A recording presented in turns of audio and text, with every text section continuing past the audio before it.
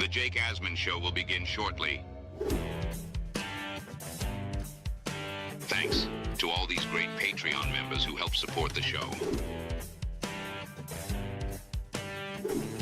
Get your super chats ready. Jake will be here in just a moment. If you love the New York Jets, this is the place to be.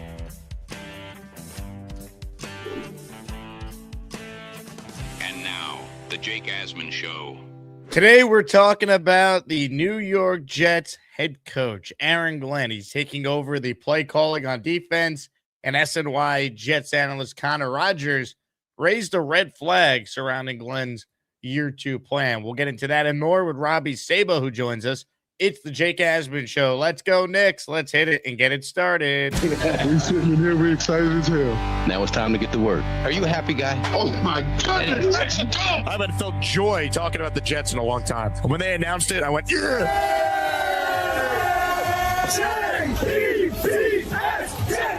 Jets, let's go! A new chapter for the Jets has started. Aaron Glenn and Darren Muji are tasked with shaping the future of this franchise. Will they be the ones to finally get it right? We will be here for every step of the journey on the Jake Asman Show, breaking down all the storylines, every game, and everything in between. Please subscribe and hit the like button below. Super chats, baby. Cut the line. The Jake Asman Show starts right now. Here we go, Jet fans. Welcome in, everybody. Hit the like button. Make sure you are subscribed to the channel. It is indeed the Jake Asman Show, live on a Tuesday. As always, we are presented by PrizePicks. A lot to get into when it comes to the New York Jets. OTAs ramping up later this week, and tickets, of course, on sale now for the first ever Gangrene Beach Club. Go to gangrenebeachclub.com. Just $25, July 11th, HQ2. See you there, and we'll see our guest there as well. Robby Sabo, the co-founder of JetsXFactor.com and JetX. He joins us now. Hello, Mr. Sabo. Am I on? Oh, you're on. What's up? How are you? Tell BT, keg stands, back to back. Your thoughts on Samini and the Speedo? Does that entice you? So look, BT could pull it off more than the rest of us commoners, but yeah, Samini, I think me and Samini are in the same class, I'd say, in that regard. I'm looking forward to it. Again, Sabo and a Speedo representing Arvel's Army. Frankie V with us yesterday, representing the Bailey Bros. Royal Rumble, fight to the death at HQ2. Tables, ladders, and chairs match. Let's go.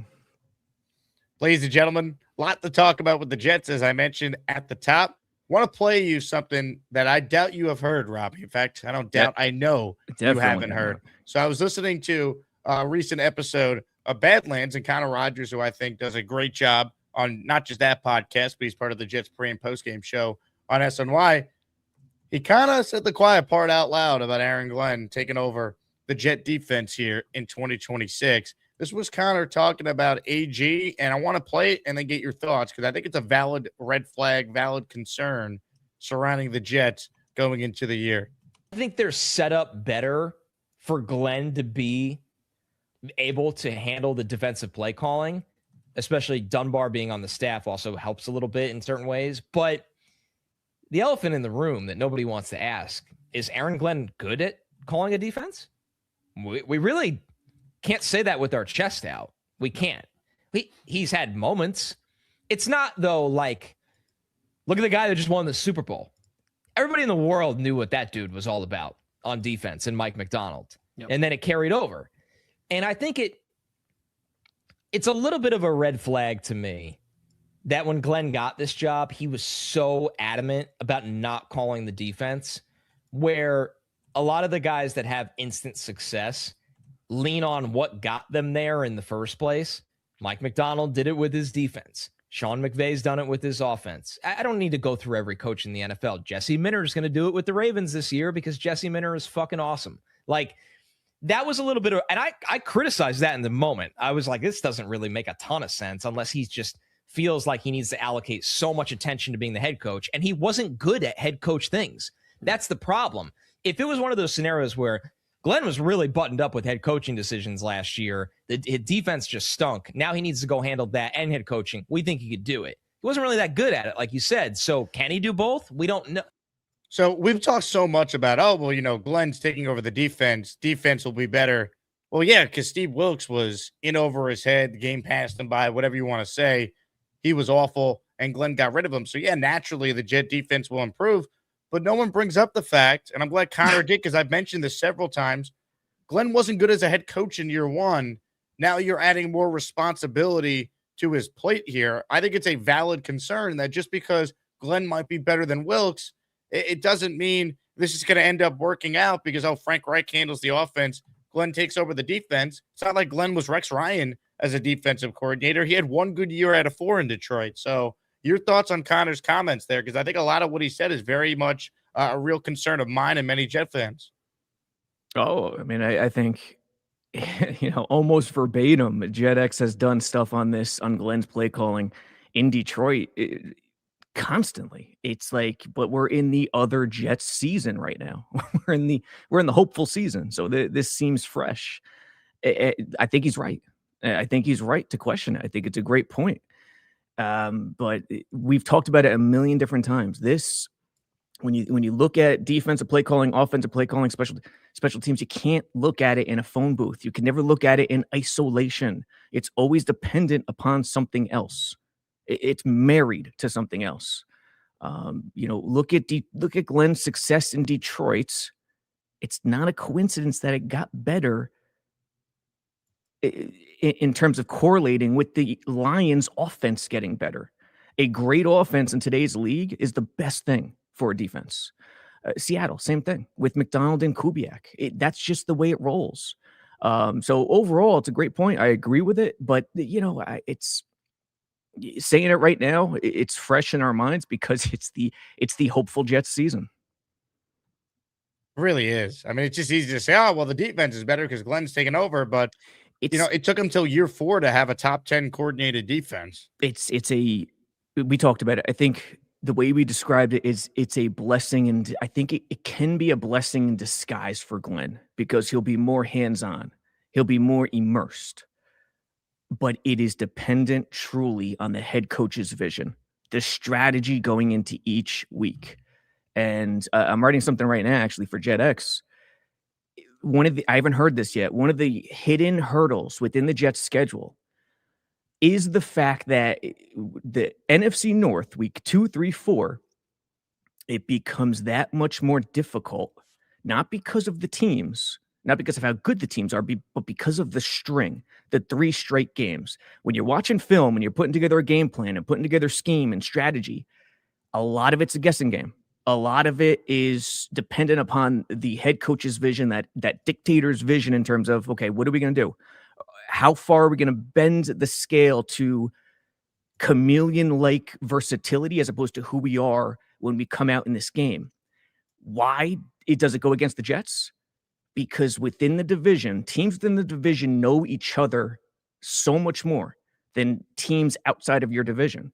So you got the Packers, you got the Lions, you got the Bears. What's the order? Is that the order? Packers, Lions, Bears, 2, 3, 4?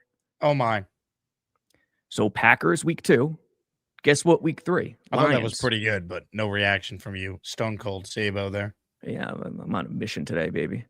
Bears, Detroit, week 3. When they're watching that film of week 2, Green Bay and the Jets, they're going to have a much better idea because they know the Packers inside out. So that is such a leg up in terms of watching film. Spacing out the divisions is so much better because teams change over the course of a season. But 3 straight weeks, those in-division NFC North teams know each other inside and out. That is going to give them a leg up when watching that film on the Jets. So to me, it comes down to Glenn knowing that outsmarting the opponent is a number 1 in today's game. McDonald knows it. And if he figures that out and somehow gets that done, then he can be a good defensive play caller. But it starts there. Well, the segment that I just played a short clip from, the wider lens conversation was, can Aaron Glenn balance being both the head coach and the DC? And here's the bottom line, Robbie. If he can, he's not fit for the job because the best ones in the league do both.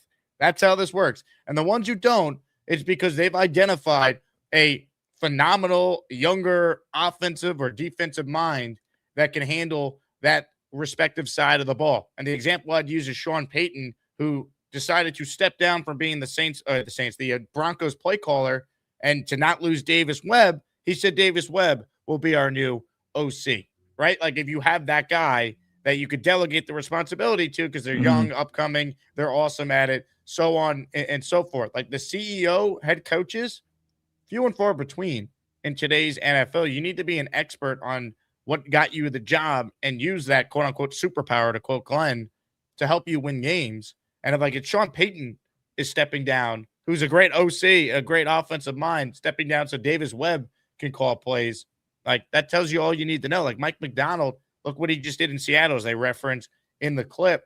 I think it's a valid concern because it's not like Aaron Glenn was good at the head coaching decisions in game a year ago. So now there's more on his plate. I don't know if that automatically means it's better overall for the Jets.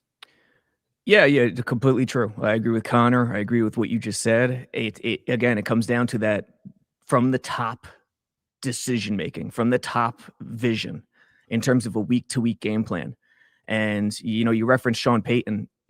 People kind of think about it. Okay, Sean Payton is just going to be chilling. He's just going to be sitting back with his arms folded, watching Davis Webb do his thing. No, Monday, Tuesday, getting that game plan ready. Do you know how much Sean Payton will be involved in the scheme, in the X's and O's, in laying out the call sheets for Davis Webb to call the plays in game? I would call it 90% to 10 in terms of who the game planning, scheming boss is during the week versus the actual play calling on game day. And play calling is still important, but it's all dependent upon the parameters that are set by the boss. And that is still Aaron Glenn. And he's got to figure that part out. And that's the deal. That's where it starts. Comments, questions, super chats, cut the line, your reaction to Connor Rogers' take on Aaron Glenn and whether or not he's fit to be a head coach based on if he can handle the added responsibilities. Ladies and gentlemen, today's epic raffle prize is a signed jersey by the great Vinny T. Vinny Testaverde signed jersey up for grabs on the show. Gift a membership or send in a super chat, $10 or more to qualify. You also will then be entered in the weekly raffle, which includes a new set of prizes such as a signed Garrett Wilson helmet, a signed Wayne Corbett end zone pylon, and a signed Breece Hall helmet that is up for grabs for those of you watching our show live today. You look at the defenses in Detroit. They were 31st in year one in points allowed. Right. No Ben Johnson. They were 29th in 2022. Mm-hmm. They were 23rd in 2023. And then they were 7th in 2024 in total defense. So this is yards allowed per game. They were 29th, 32, 19th, and 20th. Again, we're not exactly talking about a great defense here. We're just not. So the idea that he just comes in and play calling is a superpower, like for him to say that, I don't know how he could actually say that when he wasn't that great in the first place. Yeah, and, I'm going to look at the offensive numbers, but I bet you it correlates with the offensive numbers, and that's just the way it works in today's game. They complement each other, and it's not an even 50-50 balance anymore based on the rules. So, look, do I think he could be does he have the ability to be a defensive play caller, a solid quality defensive play caller? Yes. But he's not gonna outperform parameters that don't suit great play calling. He sets those parameters, so it's gonna be about that, and it's gonna start there. And by the way, shout out to Samini. What made me think about that hurdle that no one's talking about, where the three NFC North division teams know each other, and they're gonna be able to get an idea on the Jets that much more week to week because they know each other. It started with Samini talking about week one with Saleh and LaFleur. So shout out to Samini and the Jets collective. Well, here's the thing with the schedule too. Like, I've gotten some blowback for the take, but if they don't win week one, you can start to see it snowball quickly if they can't find a way to win a game immediately at home against Green Bay. It all goes back to week 1, Robbie. First time I've had you on since the schedule came out. Give us your takeaways on what you see here. Yeah, Jakey's getting hammered for must-win talk. I heard. Look, everyone knows what must-win means. It doesn't mean must-win. It's a figure of speech. Number one, if you take that literally, then at any point other than the playoffs, then you're silly. So I completely understand your point. I get it, and to a large degree, I agree with it. It's based on circumstance and scenario and situation. And this Jets team, again, with that 3-week stretch, 2 through 4, Salah, those emotions, Glenn is a motivational type archetype coach. It all plays into it. You got to win, and you got to circle that on the calendar. I remember back in my, long, like Star Wars in a galaxy far, far away, long time ago when I played, we had the schedule hanging up in lockers in the locker room. And I went around for everyone who had the schedule hang, and I circled week 1 because we were a crap team. The program was just beginning, and I felt it was that important to win week 1 based on the opponent. And actually, we surprised and we came out pretty strong. Eventually lost because we sucked, but there are certain circumstances where week 1 matters that much more. And this is one of those circumstances for the Jets. It's gigantic. If you want to, you want to say that things are different. You want to say that it's a new year, that we're going to be ready to go, that we're going to get off to a good start, that we could put behind 0-7, we could turn the page completely on last year. You got to win that game. Now, if they lose week 1 and somehow win week 2, hand up, I was wrong, and I hope I'm wrong in that scenario. But deep down, if you're a real Jet fan, you just know that week 1 is one of those games that could define the entire season. Yeah, look, if they lose, it doesn't mean the season is over. But, judging on a par, judging on the average, it is much more important, a much more important week 1 than the average bear. It really is. So I don't think there's anything wrong with saying that week 1 is a must win.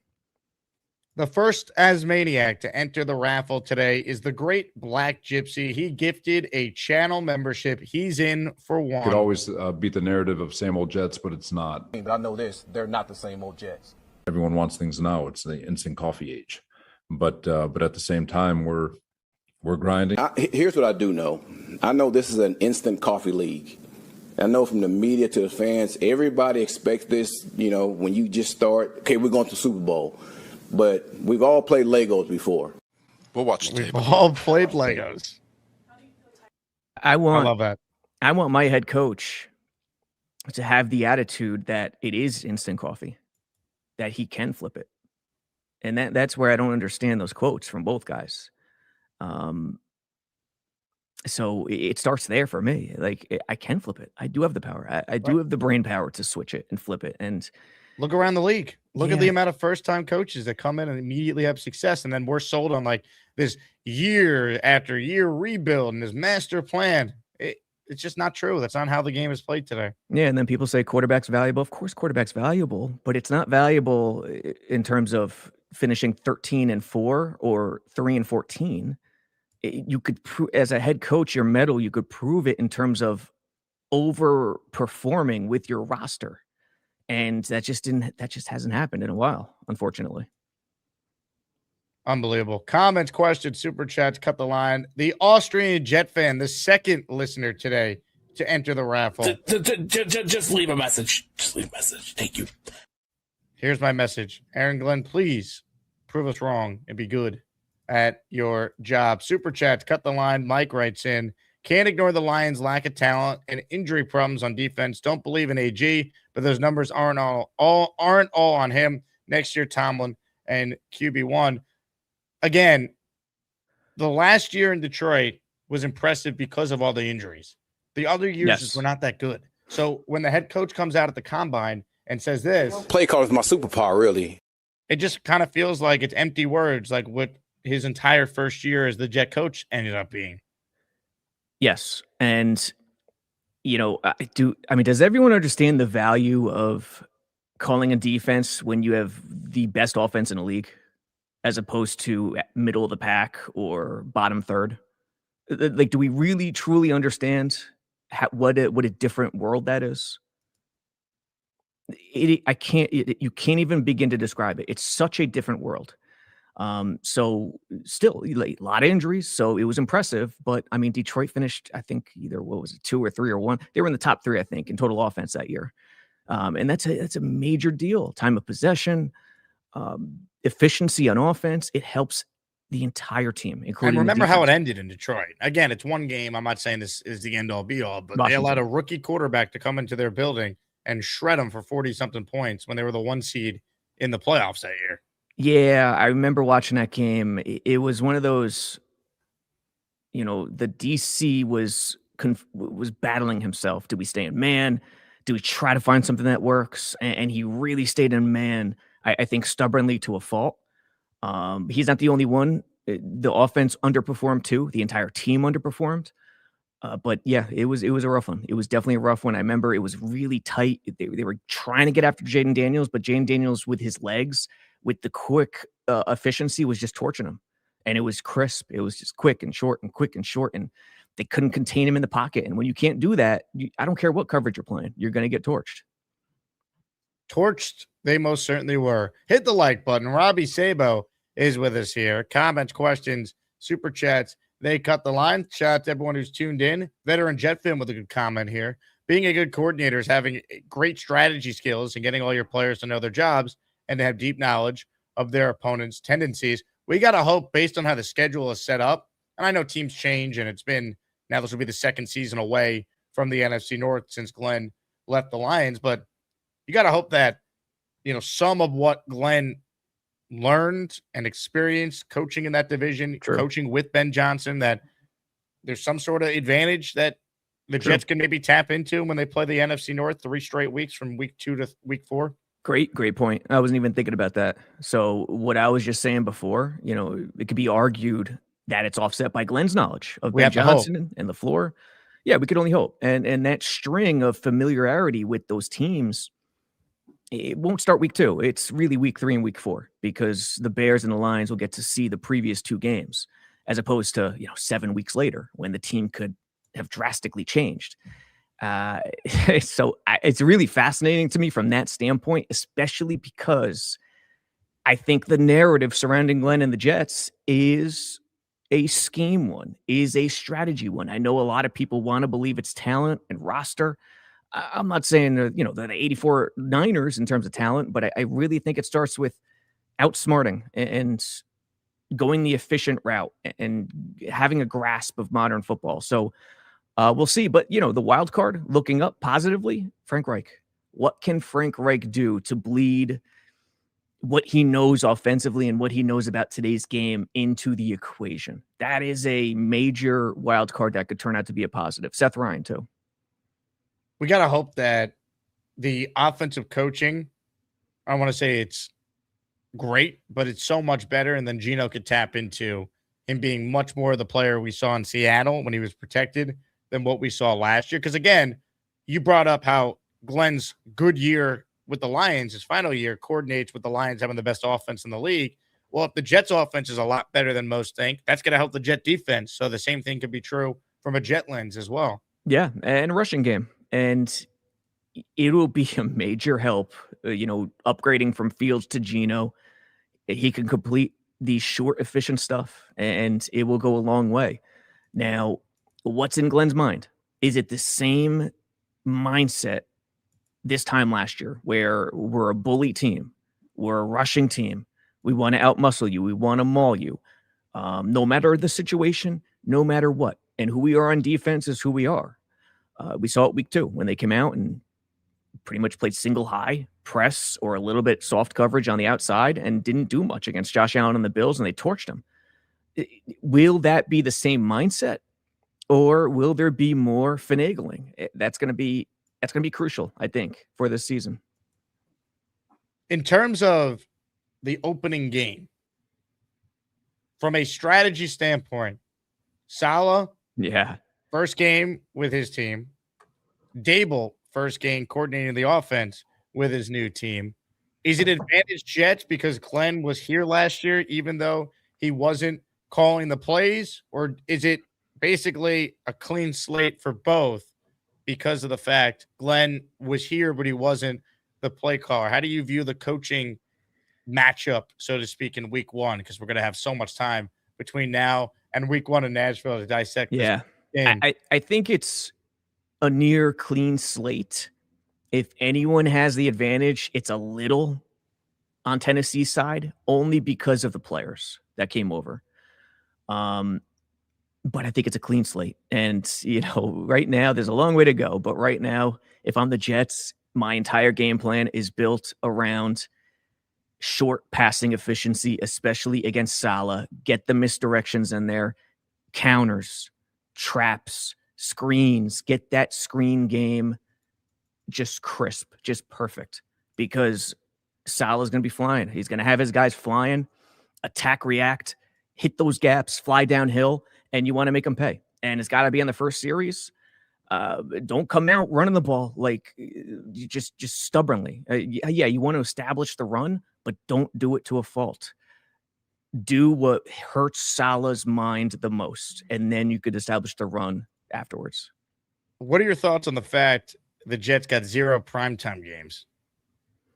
When did the rules change that not every team gets a Thursday night game? When Amazon took over Thursday Night Football streaming, and they paid $1 bazillion for it, they're like, yeah, we don't want Titans Jets on Thursday Night Football. Let us pick the games that we could get. So they made the rule that not every team had to play Thursday. Yeah, I mean, personally, I don't care. I'm cool with one. I like it better.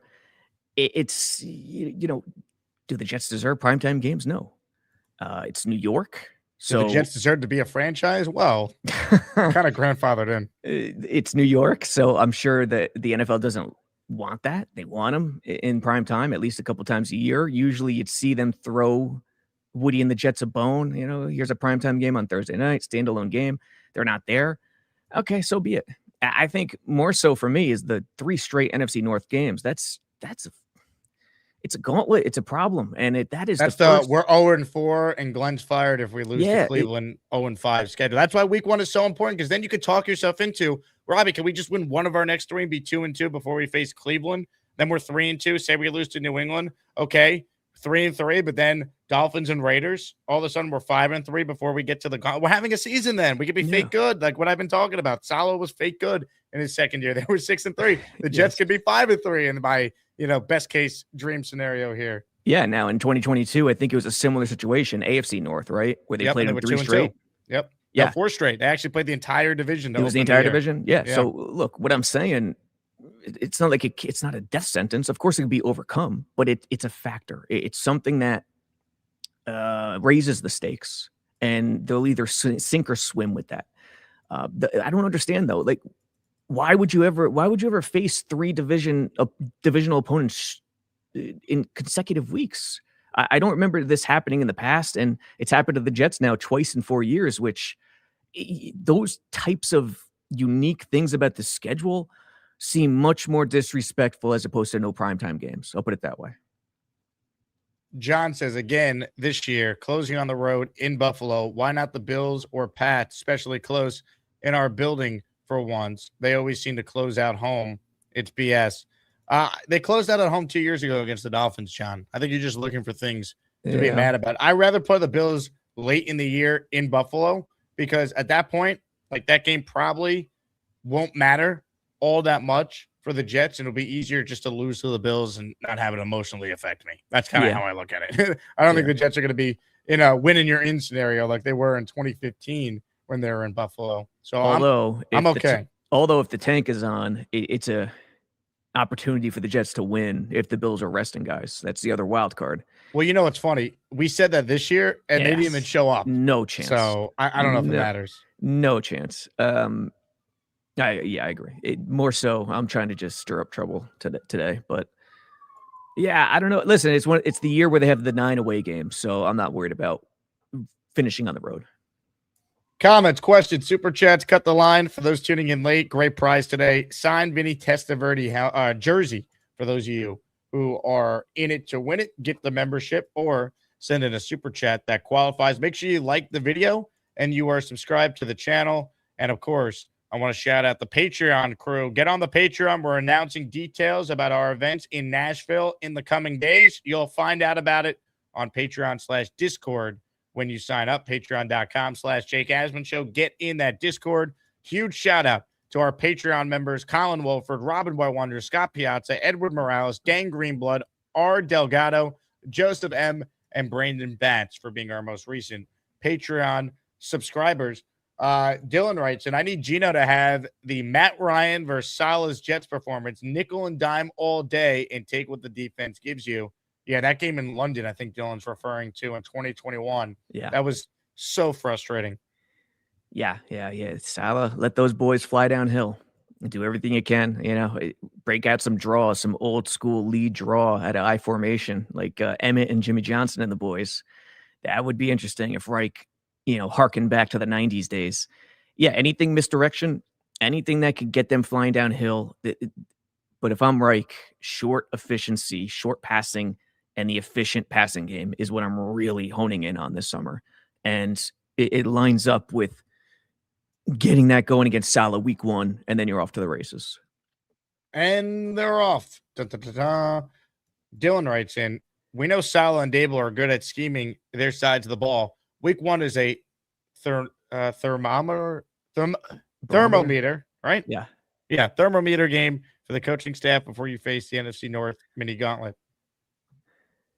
Yeah, dude, you gotta get it. The Titans they're on the Jets level. They're in the same ballpark.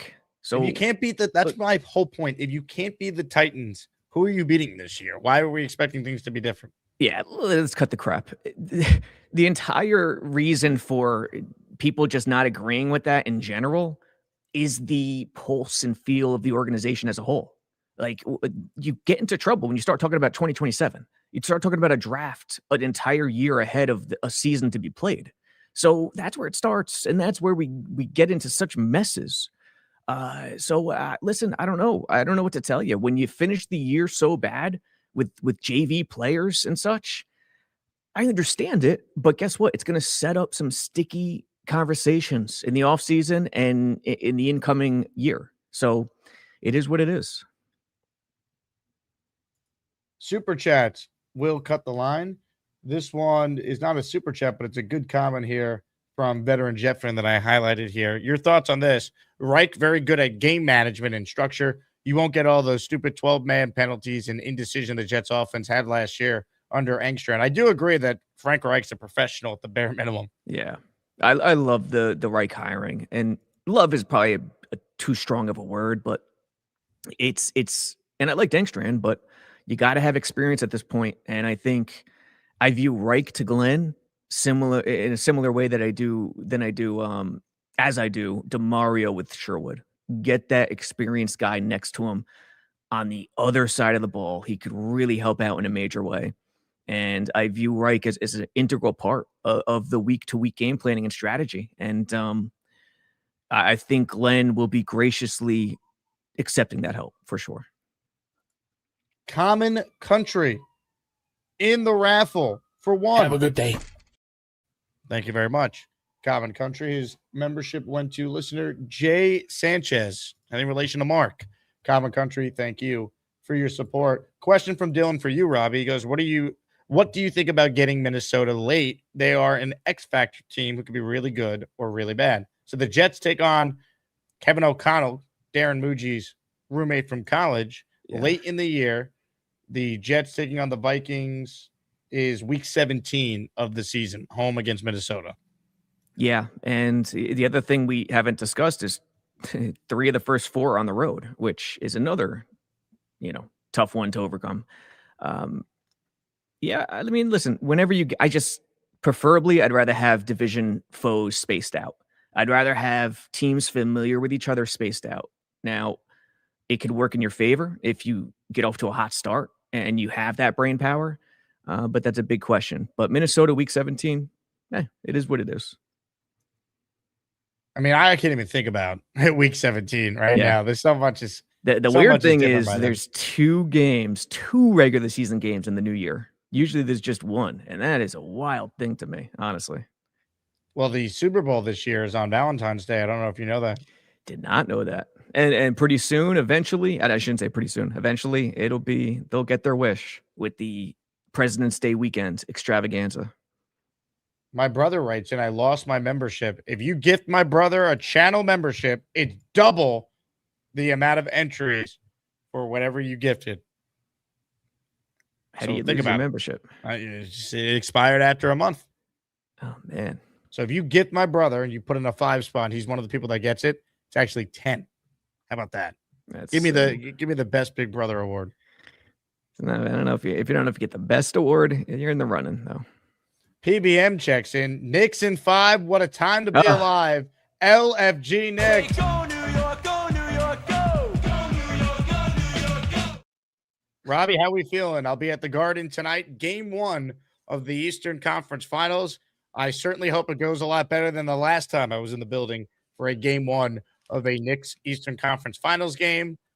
Tyrese Halliburton, enough said. So tonight will be different, and I believe the Knicks are the better team. I think the rest ultimately is a great thing. I am excited for the New York Knicks, and I think they're going to get this done. I've been wavering back and forth between 5 or 6 games, but I think the Knicks are going to the finals, and it could be the San Antonio Spurs when it's all said and done, not the Thunder. We will see. That was an epic game last night. Can you believe what's happening? Okay, they go into round 2. They're going to be on the road because they're the 3 seed. Philly beats Boston, a playing team. Okay, going to the Eastern Conference Finals. They're going to have to beat Detroit, the team that owned them all year. Cleveland beats them. They have home court again. Okay, OKC, they get to the finals. OKC, it's just a terrible matchup.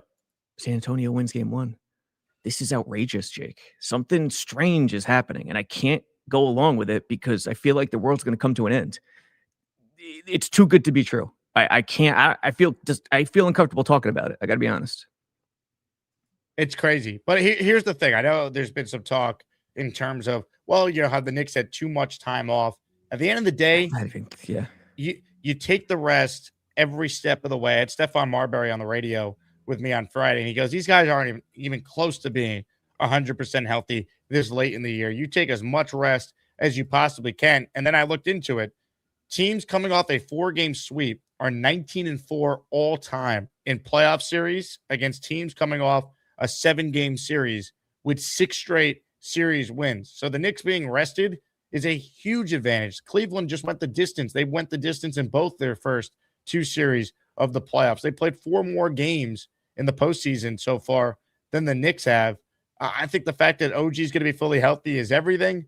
This is the time for the Knicks. You're at home. Go set the tone tonight and beat a team that had to play a day and a half ago. So let's be real. The basketball gods have handed it to them on a silver platter. Unless OKC wins, then that's a giant hurdle to overcome. But when Philly beat Boston, I said it in the Nick X Slack. I go, Knicks Spurs. I feel like it's going to be Knicks Spurs in the finals, and that's you'd much rather face the Spurs than OKC. I'm sorry. The Knicks just match up better. NBA Cup.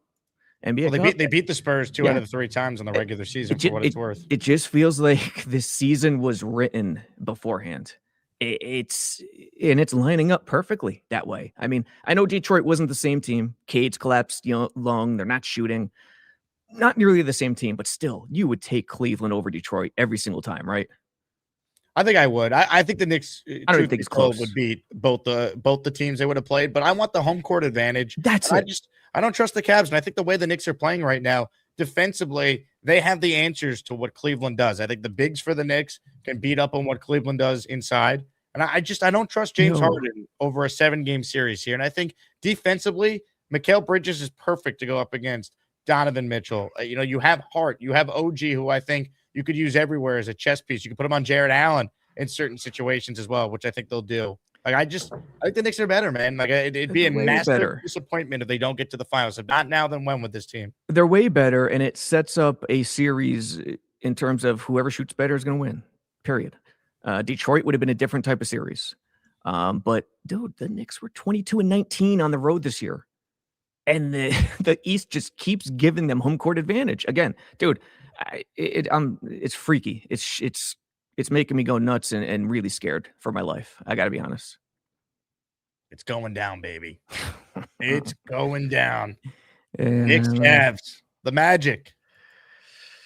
Let's go. Now, Hey, the Mike Brown narrative isn't it. Mike Brown forever. revenge series. Yeah, it's been forever. But you know what's freaky too? It's like Mike Brown has an angel on his shoulder, kind of with this luck. He's like the Knicks' good luck charm right now. And he had an angel on his shoulder in 07 with LeBron. I mean, LeBron was the angel. He dominated the weak East. But in 07, it's even more freaky. I think 07 it was the Spurs who beat Cleveland, right? In the finals. Mm-hmm. So it's kind of strange. He's playing his old team. The conference is down. The Spurs might be in the finals. Mike Brown's involved. It's all we need is Reggie Miller and Spike Lee to start throwing punches in game one, and we're back to the 90s. I've had enough of Reggie Miller, and thank God ABC has all these games, or ESPN, so we get Mike Breen for each of these games in the conference finals. And if the Knicks go to the finals, Mike Breen will call every game of the NBA finals. Which is great. So, tremendous. I mean, listen, in general, I like NBC more, but for those reasons, agreed. 100%. Dylan Terraman says, Jake, I need a PrizePicks lineup for tonight to tell. We are presented by PrizePicks. Code HMA.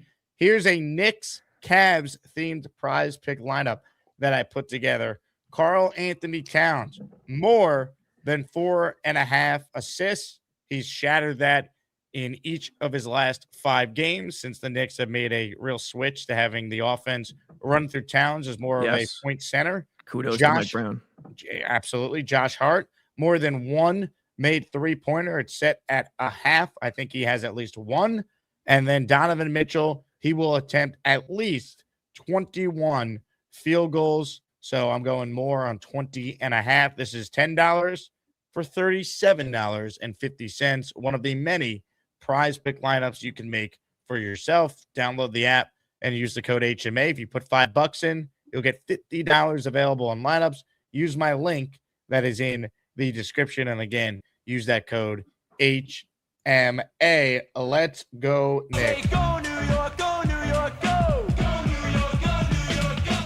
The Lup Man checks in. How about a 5-spot of channel memberships from Luppy?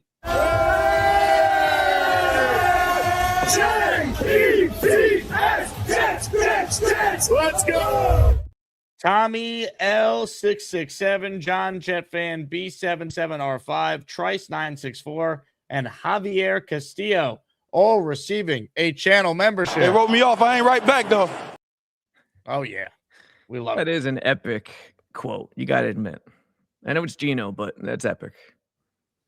Ladies and gentlemen, it's time for your calls. Joining us right now on the Gusbuster Umbrella Hotline is a man who's always down to smoke. He's always down to debate. Some would say he likes to smoke and debate. Hit it. I'm Ricky, New York, and I love to smoke. Florida State, I really love Florida State. Jordan Travis, you know he's from Florida State. At any rate, I call into smoke and debate. Florida State, I really love Florida State. At any rate, thanks for taking my call, Jake. Hey, what's happening this morning, guys? What's up, Ricky? Not a whole lot. You know what? I do have a positive outlook for the season, but I have to say, Jake, I agree with you. Week 1 is a must-win game. I mean, technically it's not because it's week 1, but against our former coach, it is. And this is what I'll have to say about that. What we tried last year, it didn't work, you know, and so we redid the coaching staff. We brought in a bunch of new talent, which we did have a good draft, but I think people are forgetting about, you know, Osai and, you know, Amanyata and the other guys that we brought in, which are going to be big improvements over Clements and McGregor and the guys that we trotted out there last year. So I think our depth is going to be better. I'm ready for AD Mitchell to have like a really big year this year. I think he's going to surprise a lot of people. and AC Thomas as well. But that being said, you know, Robert Saleh, he's bringing in, you know, Jermaine and JFM, and he's trying to rebuild what he had here. And, you know, he wasn't wildly successful with those guys when he was here. So to me, it seems like Saleh is repeating some of his same mistakes, whereas we are not. So it makes me optimistic, and it makes me hopeful for this season. Jake, how many wins are you predicting this season? For the Jets right now, I'm at 6. You at 6. I'm at 5.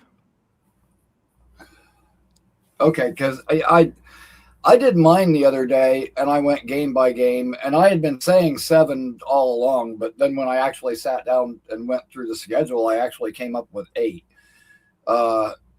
Didn't Beast have 16? He did. Beast has the Jets going 16-1. That would be with a win over the bye week as well. Yeah. Well, yeah, gotta win that bye week. That's important. I mean, hell, the bye week's the 1 week we can't lose, and I don't want to even use the word like revenge game when it comes to Saleh, because Jake, you remember this probably, because I remember calling you up as the season was unfolding, but I remembered every time we played, you know, because players usually have big games against their former teams, so. Every time one of our guys played their former team, I wore my CJ Mosley when we played Baltimore. I wore my Conklin when we played Minnesota. And each one of those guys had probably one of their worst games all year against their former team that year. And I remember calling your show and going, dude, I've been doing this all year, and it's just blowing up in my face. We're playing Seattle, and I don't even know if I should wear my DJ Reed jersey. And you said, no, please don't do it. Because, I mean, every game was a disaster. I'm like, we got to be the only people in the world that when our players play their former team, they lay an egg. Like, guys usually ball out against their former teams. What is going on? And I did not wear my DJ Reed jersey for that Seattle game, and it didn't matter in the long run anyway. But, yeah, so I try to leave the revenge part of it out, but we need to win that game. You know, we need to start off on the right foot, and I'm looking forward to it, man. It's at 68 more days until training camp starts, and we're back. Yeah. Ricky, do you think you sound like a Southern Colin Cowherd? Who said that? No, not really. I believe it or not, the person that people always say that I sound like is Chris Collinsworth. All right, repeat after me. Now here's a guy. Now here's a guy. I kind of do hear it a little bit. Yeah, There's a does Collinsworth smoke? I wonder. What about Coward? Say Patrick Mahomes. Isn't he just the greatest? Oh, ouch. Patrick Mahomes, isn't he just the greatest? You kind of do sound like Collinsworth. Yeah. Say, once I saw Mahomes heal someone's ACL overnight and then walk on water. Holy moly, that's a bit much. Yeah, you know, I didn't really want to say it. Ricky, how high are you right now? So 50-50. Not really a whole lot. I've been kind of resting and recovering on my days off from work, and believe it or not, I was actually sitting down and watching a bunch of film on each one of our opponents for this year. Wait, now, Ricky, are you a manual? Right now, I'm just. Are you a manual old school? Are you a manual old school roller of your own product, or do you jive with technology these days? Do you make it easier on yourself? I do my best. Okay. I do my best. It's probably leans a little bit more to the old school, but I try I had a with the hunch. technology, like it puts up a good fight with me most of the time. Yeah. But yeah, I mean, I do a lot of stuff myself, and I'm getting better at it. Yeah. Just persistence and repetition, and so it's kind of like the Aaron Glenn Jets. It's constantly evolving. My use of technology. So Yeah, I get it. We'll see. We'll see. It's and just like Aaron Glenn's Jets, it's either going to be a smashing success or a huge disaster in the end. Me and my technology. So we'll see. To be determined on that, I guess. Just leave a message. Just leave a message. Thank you. Thank you very much, Ricky. Yeah, the curiosity was killing me. I had a hunch he was old school, a little old school there. Now here's a guy. Dominic writes in, got to put me down for my all-time favorite, Vinny T. Plus, Robbie, I have a Chubb for Club article heading your way. Oh, baby. We got to put that in the headline. Chubb for Club? Yeah, see how Google likes it. A lot of Jet fans do have the Chubb on for Club. Hey, man, quarterback with that aura. I'm telling you, Breece Hall got that going. And if by some, I don't want to call it a miracle, but if by some, happenstance, he turns out to be something, that outperforms around 4, we look back at that Breece Hall tweet and go, that's the genesis. That's where it started. Him walking out with that aura and Breece Hall spotting it, just being able to see what a quarterback is. Is Jet X going to make any merchandise that says Chubb for Club on it? We've been, we haven't done T-shirts since 2001. 2021. With our Run DMC and GM Joe T-shirts. So we've been out of the T-shirt game for a solid half decade. But that would be a good one. Does Asman have any? No, we're not selling Chubb for Club merchandise. Dude, that's not bad. Chubb for Club would work. Ladies and gentlemen, let's check in with a man's man. He's eating potato chips, so buckle up.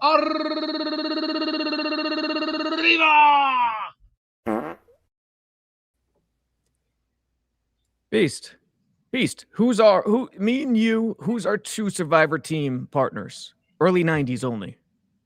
Me, you, and who else? I've been trying to get this out of you. Well, if you want a good combination, yes. Z-Man and Flying Brian. You remember Z-Man and Flying Brian? Who the hell are you talking about? You don't remember the NWA? Come on. Z-Man, Tom Zank, Flying Brian Pillman. You got to go. I know Brian Pillman. Yeah. I know Brian Pillman. Okay, Brian Pillman counts because he Survivor Series, though. Got to go WWF. Z-Man, Tom Zank. I don't know Tom Zank. You don't remember? Z-Man was also part with Rick Martel, also part of the Can-Am connection from WrestleMania 3 at the Pontiac Silverdome in front of 93,173 fans. Yeah, with Savage and was that Savage Steamboat in 3? Yes, Savage Steamboat 2. That's the one where Steamboat got his revenge because Savage put him on a commission because remember on Superstars, Savage came off the top, sliced him. Steamboat was doing because he was holding his esophagus because his tongue was hanging out, and they had to get him back in the rush. And then Bruno Sammartino was like, "Hey, you piece of garbage! Why'd you do that for?" And what did Bruno do? Give him a good couple of chops to the knock to the chops. And I'll tell you, Bruno was somebody, but Bruno will always be a great man either way. But our boys will be just fine. Let's worry about training camp. Let's worry about preseason. Preseason, we got Tampa, Pittsburgh, and the G-Men. Oh, rematch with the Tampa team. I would love to see him. I would love to see him try us again because this time they punched us in the balls. We're gonna punch them right in the nose and make sure their nose is busted wide open with blood gushing all over the place. And Pittsburgh, we got no threat for them. We got no threat. Just play it cool, play it calm, play it collective. Just leave a message. Just leave a message. Thank you. Are the preseason games for the Jets must-win games, Robbie? I'd say not, but it's a must to not get punched in the balls. That's that much I know. Don't get punched in the balls. Flex Plexico says, don't y'all get tired of listening to Jake shit on Glenn every day? We get it, Jake. How was I shitting on Glenn? I played a clip of Connor Rogers raising a valid concern about this team and the head coach taking over the play calling responsibilities, and we discussed it. What would you like me to say, Flex? Yeah. He's the man. He's doing great. I have full confidence in him. You want me to lie to you? Yeah, it's just such a tough, I don't know. You can't win with these people, man. There are plenty of sports shows. It's all the mainstream, NFL draft, for example. Everything's great. Every prospect's great. Everyone has the right plan. There's plenty of those if you want to watch those. But, every now and then there'll be some folks who try to call it legit. And for those fans who don't like it, that's okay. Just don't watch. Have a good day. Ladies and gentlemen, more of your calls right now. Buckle up for this one.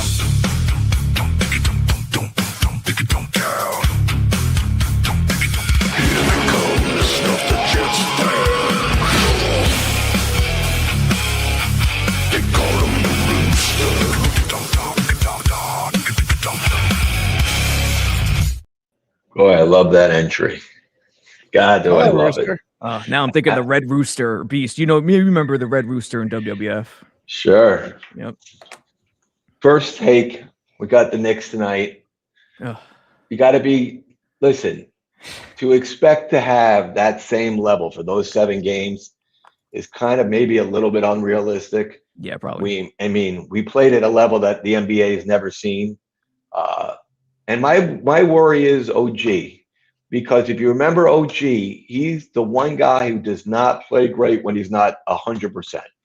So even though he's coming back and playing tonight, if you remember when he came back from that first injury, he was the first 5 games. He was not great. He's not Josh Hart. He needs to be healthy to do the things that OG does.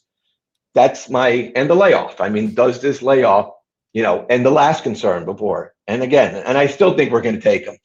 Don't fall in love with the 3 early. Yes. We were 1-2. We were versus Atlanta, and everything changed. Attacking, coming off the 3. The Philly last game was almost fool's gold a little. I don't want us to see us go out there today firing away. That's not how this team gets going. Attack. Get these guys in. Early. Set the tone early. They have set the tone. Do you remember the Brooklyn regular season game? They won by like 60. After that terrible stretch. I did a film thing on Knicks X Factor. That was the genesis where they said, okay, look, we could keep a lot of the motion stuff that we do 5 out with Mike Brown, but we can't settle anymore. We can't fall in love with the 3. We have to attack. That was the genesis, and it wasn't that great. And then when they went back in game 4 against Atlanta, going back through Towns, they accepted who they are in terms of who their DNA Look at Mikal Bridges. He's gone to the hole more in the last 7 games than he did in 2 years. Yep, attack the basket. Yes. Attack the basket. Yeah. It went back to the previous 2 years, honestly, offense with a blend. And as long as they don't settle, the 3s will come. I wanted Cleveland. Perfect. I feel Cleveland doesn't guard like Detroit. I think that gives this team more problems. I think Brunson's going to get what he wants. And Harden and Mitchell can get theirs, but I'll take my chances versus a team that doesn't guard than a team that does guard. The layoff would have concerned me so much more on the road against Detroit. It's a different. Correct. You're opening up at home. I can't believe. We have to be happy with the layoff because it gave OG every day to get healthy. We better just hope he is. The Jet schedule. Thank you, NFL. Who wants to play primetime games? Those Thursday games are killers. I can't believe every team in the NFL doesn't play a Thursday game because it's such a disadvantage to play a Thursday game, short rest. So I thank you, the NFL. Yeah, that's true. Night. Yeah, I thank the NFL. So we got all Sunday 1 o'clock games. That's making life easier. And again, Robbie, I'm a little shocked that you think 5 wins only. We won 3 last year, and this roster is better than last year. And you fall into 3 wins. Is it? And I love you. I know you're upset with Arvell Reese. If Arvell Reese was taken, would you say 5 wins? No, it has nothing to do with Reese. Nothing to do with it. Okay. No, it's the vision and the coaching. And Glenn has to prove to me that he understands what the league is all about these days. 100%. As opposed to, 14, 15 years what- ago. That's all. Reese or Bailey would not have changed a win. Okay. So I'm going to again lay out how we get to 4 wins out of that first 8 games. And it's achievable. But the one thing, Jake, where I disagree, or I don't know if we said it 100 times, we don't have any advantage of the solid new coaching staff week 1 because we're a new coaching staff. We have a new coordinator on offense and defense. We're going in the same as they are. I mean, that's the shame of how bad Aaron Glenn was. That year 2, we don't have that advantage. Week 1 is right. The head coach was here though. That's why I was asking Robbie. Like they know what the expectations are with Glenn. That should. I know, but the coordinators are new, so we should have the advantage. And I'm it's a shame. grasping at straws here, Rooster. I love it. I love it. Negative. But, I'm trying. No. I'm with you though. I think on paper we're better than Tennessee because I think if you okay. compare the rosters, the Jets are better. I think the issue is I think Saleh. I don't think Saleh is a great No. coach. I think he's better than Glenn. He's got a lot of ex-Jets, and I don't know what Cam Ward is, and I know what Geno is. Geno's a veteran quarterback. I'd rather have Geno with the new coordinator week 1 than Cam Ward with. I just think it's. But here's the 8 wins. Okay, you ready? Yeah. And I am with Jake on this, and I will fight anyone. I'm gonna bring up a schedule. It has to be one of them. If you are not getting to 4 out of the first 8 wins without beating Tennessee, then you have Browns, Raiders, Dolphins. I'm going to say 2. Give me 2. We'll find a way to botch one of those at home, but give me 2. And then here it is: Pats, Packers, Bears, Lions.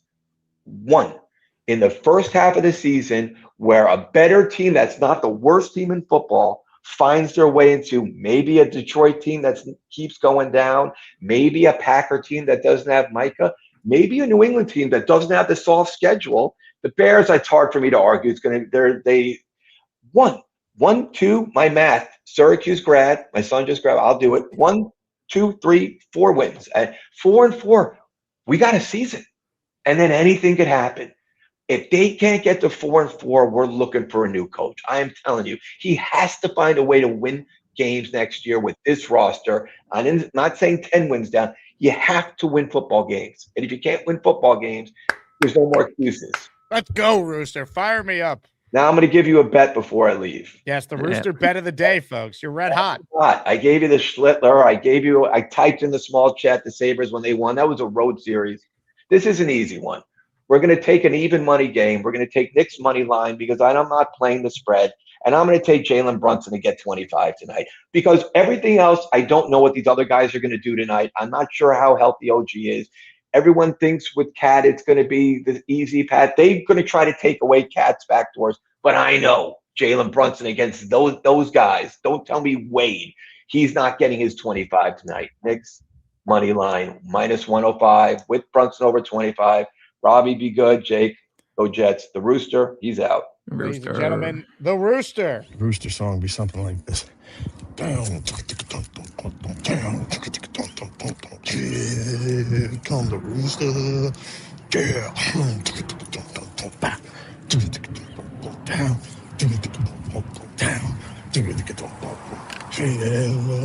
come the Rooster. Down.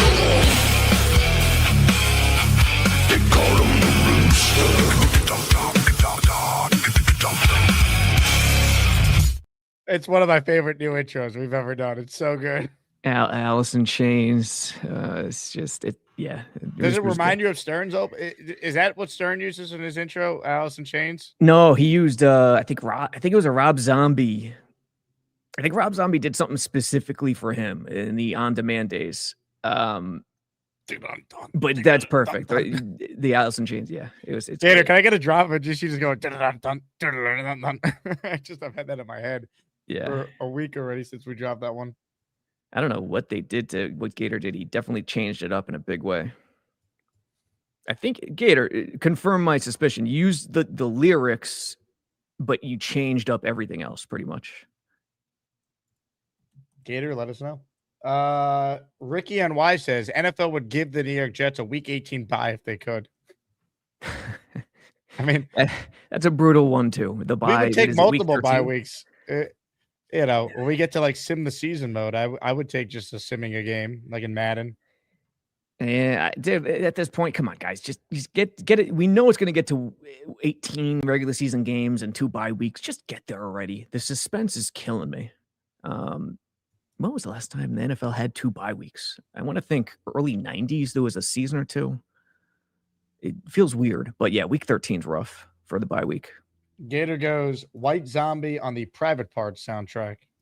See? Oh, that White Zombie was his intro. I'll tell you, Stern.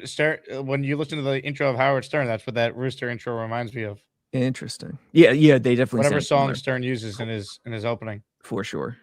I haven't listened to Stern in a long time, but when I did listen every day, that was the intro. It was classic. The first time, one of the first, I don't know, first couple times I hopped on this show, Asmaniacs equals Whack Pack. It's cemented in my mind forever. But I'm still waiting for the Riley Martin clone to show face in Asmaniac land. Ladies and gentlemen, Beastbreaker wrote in earlier, red and purple popsicles are the best. Robbie, I'll get you out of here with this. What is your favorite popsicle flavor? It's supposed to be 90-something degrees in the tri-state today. Shoot. What were the box, the popsicles that are in the plastic that you put in the freezer? Firecracker? No, you might be too young for this. Someone old like me will tell me it was just ice. It was just flavored ice in a plastic bag, and you squeezed it out. I forget what it's called, but those were the staple in the 90s Sabo house. Probably the red one was the best one, I'd say. Looked like your mouth went through a car wreck afterwards, but still, it was the best one. Actual final question. Knicks and how many? 5. I'll say they'll lose tonight. What? Because of the layoff, and no, they'll win 4 straight. No, can't lose tonight. They never won a series in their history when they've lost the first one. Well, the basketball gods have put it on a platter, and they're gonna crunch that streak. No. You gotta win tonight. You got the rest advantage. Come out, hit them in the mouth like they did to Philly after they played their game 7 against the odds Boston. are strong that yes, they'll win tonight, but I'll go. Okay, telling you, man, the world's gonna end. Just wait for the aliens are gonna introduce themselves within the next week or 2. So get ready. Let's go Knicks. Yeah. Hold on. Beast is gesturing that he needs to show you something. Let me bring him back on immediately. Just leave a message. Just leave a message. Thank you. You see this hot sauce right here? We gonna burn the crab's ass tonight, and it's gonna be nice, and it's gonna be.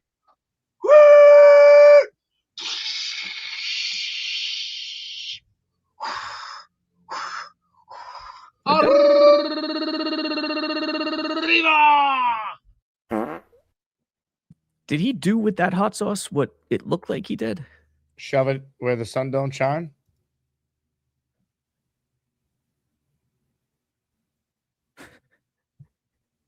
That'll get you going.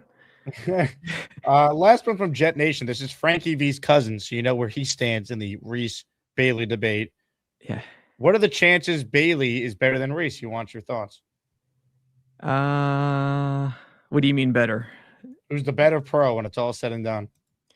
See, it's like if people are going to go by sacks, it's evaluation in terms of who's better is very different from everyone. Just who's the better football player at the end when they're both hanging up the cleats. What are the chances based on how I evaluated things? Yeah. Entire career? 5%. 95% chance Arvell Reese is better than David Bailey, according to Robby Sabo. Yeah. That's where I would stand. I love it. Have an opinion and stand by it. Damn it. Yeah, maybe. I like it. Evaluate. You watch every player of their college career. That's where I stand. Mr. Sabo, let's go Knicks. All right. Let's go. Have Robby fun. Sabo. Yeah. JetX, JetsXFactor.com. Underdog podcast with Wayne Corbett. Also, Knicks fans, check out KnicksXFactor.com. Comments, questions, super chats, cut the line. Get your tickets to Gangrene Beach Club. It is going down, folks. Get ready. It is happening. You wouldn't believe what we have in store for the people that show up. And it's not just Robby Sabo in a Speedo. It's so much more. Here we go. Don't miss out on the biggest and best meetup of the year. Saturday, July 11th, Atlantic City, New Jersey. HQ2 Beach Club. We're taking over, baby. At 12 p.m., it's the Gangrene Beach Club. Hosted by some of your favorites. Jake Asman, Rich Samini, Brandon Tierney, Fireman Ed, Connor Hughes, Antoine Staley, Brian Costello, Ryan Sampson, Zach Rosenblatt, Will Parkinson, Frankie B, Omari Brown, Matt O'Leary, Green Bean, Ryan Delaney, Richie Marula, Robby Sabo, Dom C, Joe Blewett, Nick Faria, Paul Boy Greeniston Jr., Bree Martinez, Dick Shine, Tyson Roush, and more surprise guests to be announced. Get your tickets now. Must be 21 or older. Host subject to change. Let's go, baby. GangreneBeachClub.com. Kevin wants to know, will Ed be in a Speedo? Is water wet? Of course. Play call is my superpower, really. Hey, I just gifted a membership because we've only added 8 new members so far this show. We have a signed Vinny Testaverde jersey up for grabs at the end of today's program. So guess what? One of you just got entered for a chance to win. Listener Ronald Perry is in the Asmaniac raffle for one. Let's go. Here we go. Let's go. Let's go. All right, last chance to get in on today's first show. Will Parkinson will join me during the afternoon session. Ladies and gentlemen, shout out to 350 of you watching a Jet show in mid-May. You guys are the absolute greatest. All right, here we go. A legend is on the line. Mikey Midnight. Hello, I'm Mikey. I'm Bobby's little bro. Have you seen Jake Graves? She's so beautiful. I love my boy Jake, but not in a gay way. I am so happy. I'm not going to touch anything, I promise. Hey, Jake. Mikey. How's Jake? Hey, Jake, the Knicks, I told you the Knicks go be home favorite and to go beat Cleveland and go to the championships against the Spurs. Let's go. Knicks in how many games against the Spurs, Mikey? I wanted to win at home. So how much is that? 6 games. 6 games. So we go beat at home. Sign me up. Imagine the Knicks get to go to the finals and they get to celebrate in the Madison Square Garden building. Oh my goodness. Are you when do we go to the Jets game? October 25th against the Dolphins at MetLife is the projected date for the Asmaniac meetup. The road game is Nashville week 1. I'll go to October because I had to go to get the infusion done in my heart before I go down. I don't want to get stuck in the hospital when I go to New York. Hey, Jake, you're awesome. You're awesome. Mikey, you're awesome. How's Bobby doing? Ted wants to know if Bobby retired. No, he says he's going to be on his show today after your show. Is he nervous having to compete with Addison for Asmaniac spinoff, hierarchy rankings? I don't know. He didn't ask me. No one did.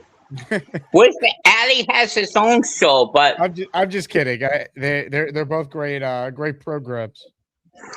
Yeah, I don't know. I had to get on his show now, Ali. Yeah, Addy's got his own channel. But I don't know how you get on. He called me, but he didn't link to me. B says you look great, Mikey. You too. How's what's his name? Nick Shine. He's going to game with us. Yeah, he's standing 9 toes tall. All right, like Bobby. Yeah. Then they go show each other the toes. Where's my toe? Hopefully gets better by Friday to put his shoe on.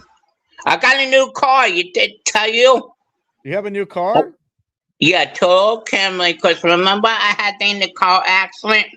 Yeah, what type of car are you driving? Toyota Camry, 2016, but it's Nice. 270,000 miles. But I don't travel it that much. But I got the title and stuff. That's and then a chick paid it in magnet full. car. A lot of women are going to flock to you now in that vehicle. Yeah, and then the guy he wanted his son to buy it, but he wanted a sporty car. But I got the best car. Yeah. Everybody wants it now. You got to drive safely though, Mikey. We need you alive. Yeah, because the snow, that crazy storm they had in Vermont, it was crazy, slippery. That's why I got crashed my car. Yeah. You doing okay, Jake? Yeah, I'm doing great. I'm excited about the Knicks tonight. Hopefully they play well. They look. Are you going to the game? I will be there tonight. So must win. Are you bring your brother? I am not bringing my brother. Probably he's a Laker fan. Yeah, he's a Knicks fan. He's just not going. Boy, he doesn't like the Knicks as much as you. Ted writes in, just lay the pipe, Mikey. They don't care what you drive. All right, I like you to see my car. It's a black. You know what I call my car now? I named it. What'd you name it? Homie Me. He's home with me. Homie Me. Homie Me is the name of your car? Yeah. That makes sense. He's home with me, and I call him Homie Me. Yeah. Yeah, so you're probably supposed to call in for the show, but the guy, what is it, Red Sabo? But I was happy he gave me the autograph, my favorite wide receiver on the Jets, Wayne Quebec. Tell Bobby to call in. Yeah, I told him. We need Bob. He said he has a show after your show. His show after your show. What time you on to? Whenever I feel like it. You have to stay all night. No, you can go. You have to go to the game. What time that game start, Jake? Not till 8 o'clock. So I'll just leave the show on all day. You host it. Yeah, okay, I'll host it. And then, what channel will they on? What channel will it be on? Later. Espin as his Yeah. name. Yeah, my cat likes the Knicks. She likes Burnson. My cat likes Ophelia likes Burnson. I'm gonna name my first child Jalen if they win the championship. Yeah, they will. They're gonna win the whole thing because carry the trophy. Said Boston sucks. Yeah, you like that? Yeah. I love it. And then I think the Jets gonna be 11-6. 11-6. Are you on drugs? Yeah. No, I do because I looked at the schedule like Ricky did. I think they could beat the Green Bay, Bears, and Detroit. And the Tennessee, that'll be 4 straight. Packers, Lions, and Bears. Oh, my. Yeah, Lions, Texans, and Bears. Oh, my. Yeah. And we play Minnesota, too. Mikey, you're the man, all right? Hello, tell everybody I love them. Health, all right? Yeah, tell everybody I love them very much on your show. You know, the people come on your show. Yeah, have a good show, brother Jake. Mikey, you're the man. Mikey, midnight, everybody. 2 idiots sharing the same brain. Let me address it for you so you can maybe get the dicks out your ears. I do mine 2 or 3 times a week. And also, basura, la mente, los el carrones, el burto cotoyes chingo su madre. See, I took Spanish too. That's why I'm very, very respected. Okay, Beast. You got 5 seconds. Make it. We were having a great conversation. We just want to know. Shut your hole. Oh, yeah. He's back, folks. Shut the fuck. Oh, fuck you. Shut I don't want to deal with him. Show's been crazy, bro. Ladies and gentlemen, more of your calls. Alex in DC is on the line. We'll get to him in a moment. But Pasquale with a super chat. He's in the raffle for 2. Why are the majority of fans and pundits making it seem inevitable that they will lose all 3 in a row to Green Bay, Detroit, and Chicago? Is it too much to ask to win one of those and start the season 2-2? Am I crazy? You're not crazy. That's been my point on why week 1 is so important. You could talk yourself into winning one of the next 3 if you win week 1. You lose week 1, and I could see it snowballing like what happened last year when they lost to the Steelers. They never recovered. Then it was, here's Buffalo, here's Tampa. Next thing you know, you're 0-3, you're playing the Dolphins, you're 0-4, your season's cooked. If we want a season, you got to win the games that you're playing teams in your weight class. And week 1 against your old coach who you fired to replace with Captain Superpowers is a must win. Now, if you want to tell me the Jets lose week 1 and then they still bounce back and they win week number 2 against Green Bay, I'd be very surprised. But obviously, I'm rooting for that scenario should they lose week 1.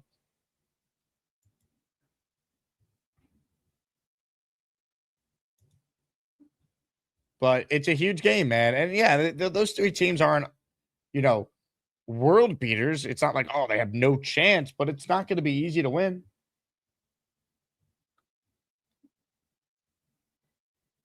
D-Man says, I have a radio voice and speak well. I'd love to join the show one day if invited.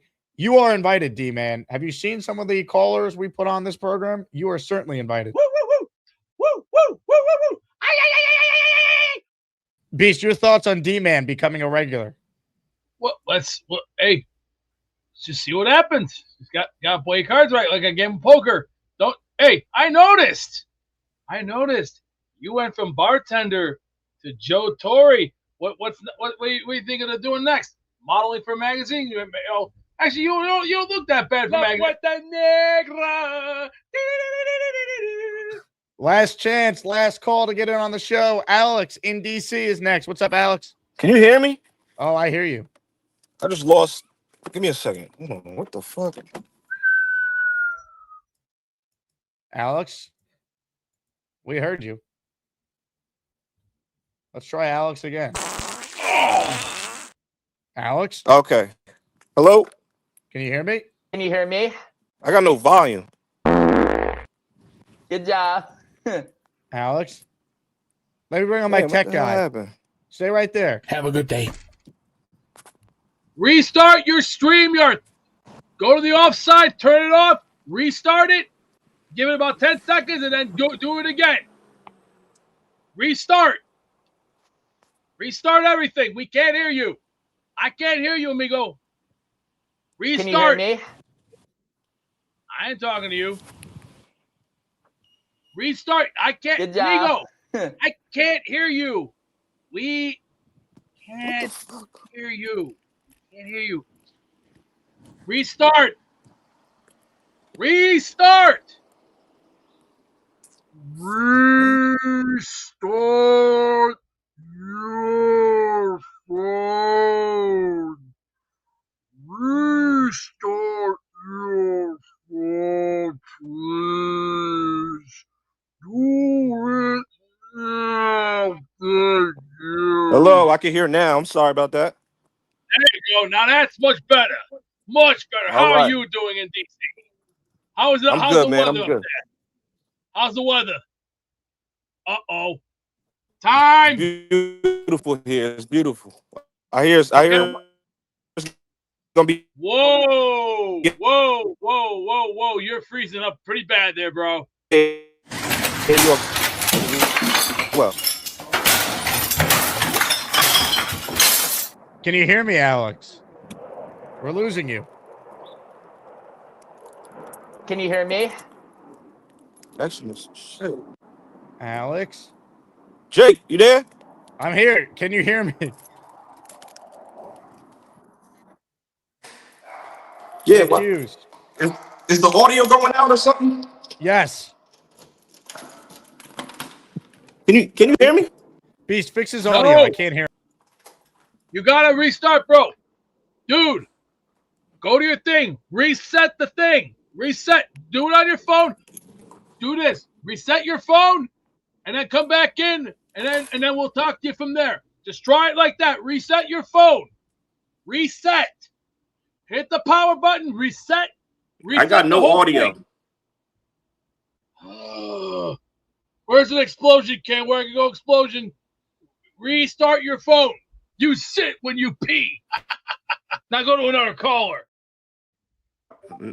Hello? Can I hear you clearly? Can you hear me? It ain't working. I don't know what's going on. Your phone, bro. Dude, It comes and restart goes. your phone. You gotta restart. Good job. Restart your phone. We can't hear you. Whoa. Too much information. Don't need to see that. Whoa. I don't need 500 eyes going. Whoa. Can you hear me? I don't want to talk to you. Good job. I don't want to talk to you, rodent. Can I hear you? Try talking into the mic. Talk into the mic. We can't hear you.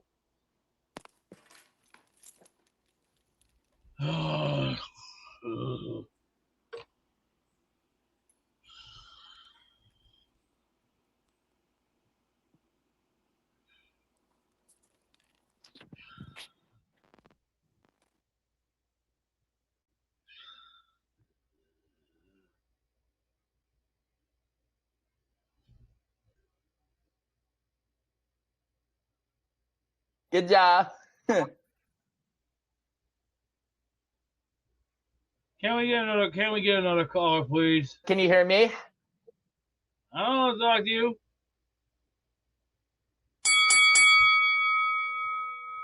Who do you want to talk to? Oh, there you go. Darth Vader.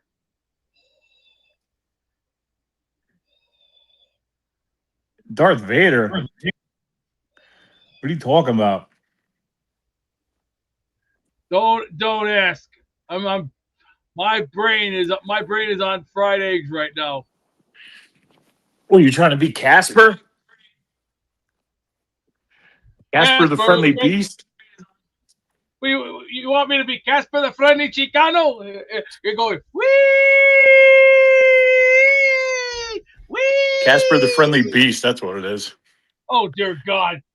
The last time I saw Casper, I was 11 years old when I saw that. It was weird. Mm. But the chick was hot. Christina Ricci, she was still, I don't know about that, brother. But you got your picky one. Hey, you're not that picky. I'm picky with some of my favorites. But how about we get you on one of these? how about we get the Knicks kicking ass tonight?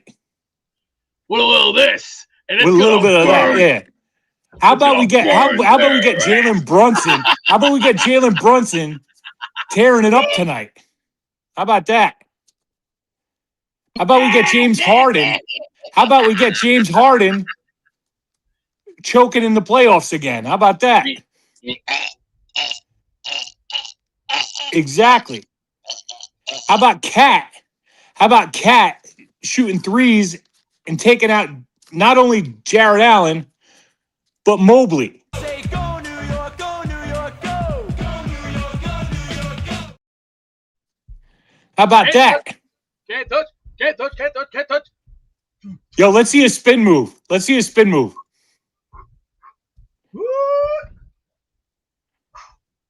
Swish, baby. I should have got a bigger shirt.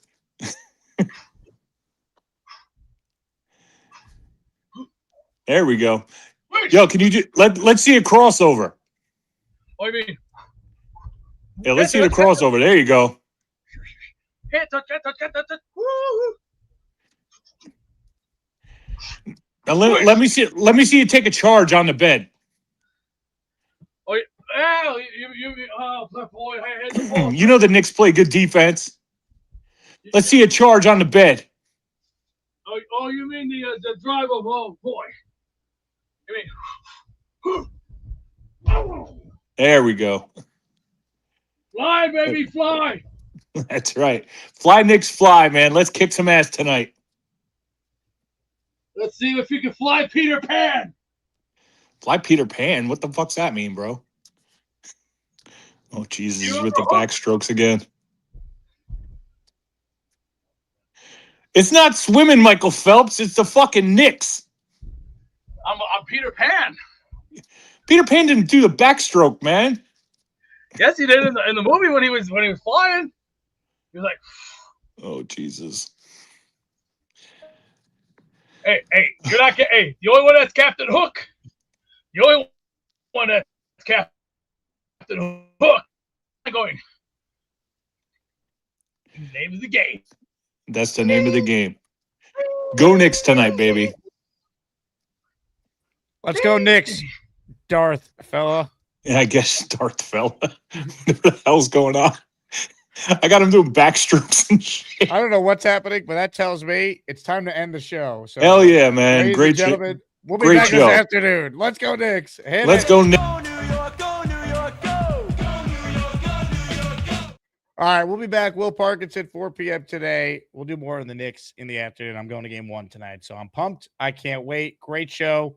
Big thank you to Sabo for hopping on. For those of you who entered the Vinny T raffle, including the Zelle I received from John J., who's Jets for Life 89, I got you down, and I don't want to miss the super chat from yesterday's Curtis Martin signed helmet winner, Ralphie Rocks. He is in for 2. He says, Beast, best IT manager in the world is Beast. Alex in DC, if you can figure out your connection issues, I'll make sure you're one of the first callers this afternoon. Apologies for not being able to get you on. I know Beast did his best, but unfortunately, it wasn't working. You guys are the best. Thanks for tuning in. I recognize there's not a ton going on jet-wise, so we'll continue to be creative in the different things that we discuss on the show.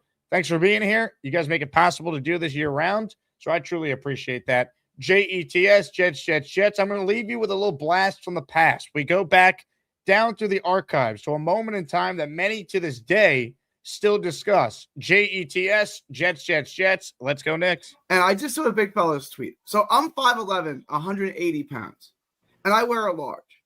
And you're telling me he's got me by 100 pounds, and he only wears an extra large? Gary, what do you care about what the fuck I'm wearing, bro? I'm gonna look. I'm a man of logic and reason. I'm 5'11", 180. I wear a large. You're 6'5". Why does this guy care about what I'm wearing? It makes no sense. Why do you care? Why You do ever you watch care? Curb Your Enthusiasm and someone says something like suspicious to Larry to kind of give him that look like, okay. How is it suspicious, bro? What are you talking about? 280. That's a big fella. Dude, if I wore a 2X, it would be baggy on me because my body is different. Okay, not everybody's built the same. I understand, but if you're 6'4", 280, that ain't all in your legs, bro. 6'4", 280 is a big boy. I don't know why you give a shit what I look like. You got me a little upset right now, man. I didn't mean to get you upset, big fella. Gary, why do you make fun of Big Fella and his shirt? Maybe you're a weird person, a weird guy. A wiggle, beagle, beagle, deagle, deagle, beagle, deagle, deagle. Yeah, exactly. Exactly. That was funny, man. Hey, what you see? Hey, what you see is what you get. What you see is what you get. And this El Yucateco, I'm gonna say this: it's gonna burn, burn, burn.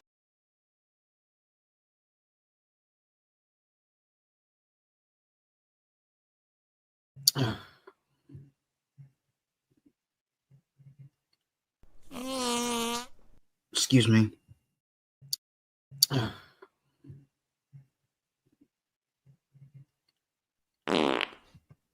Excuse me.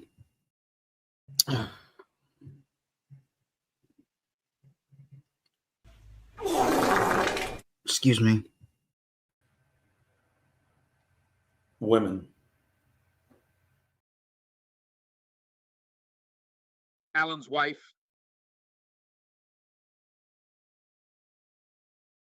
Balloon nuts.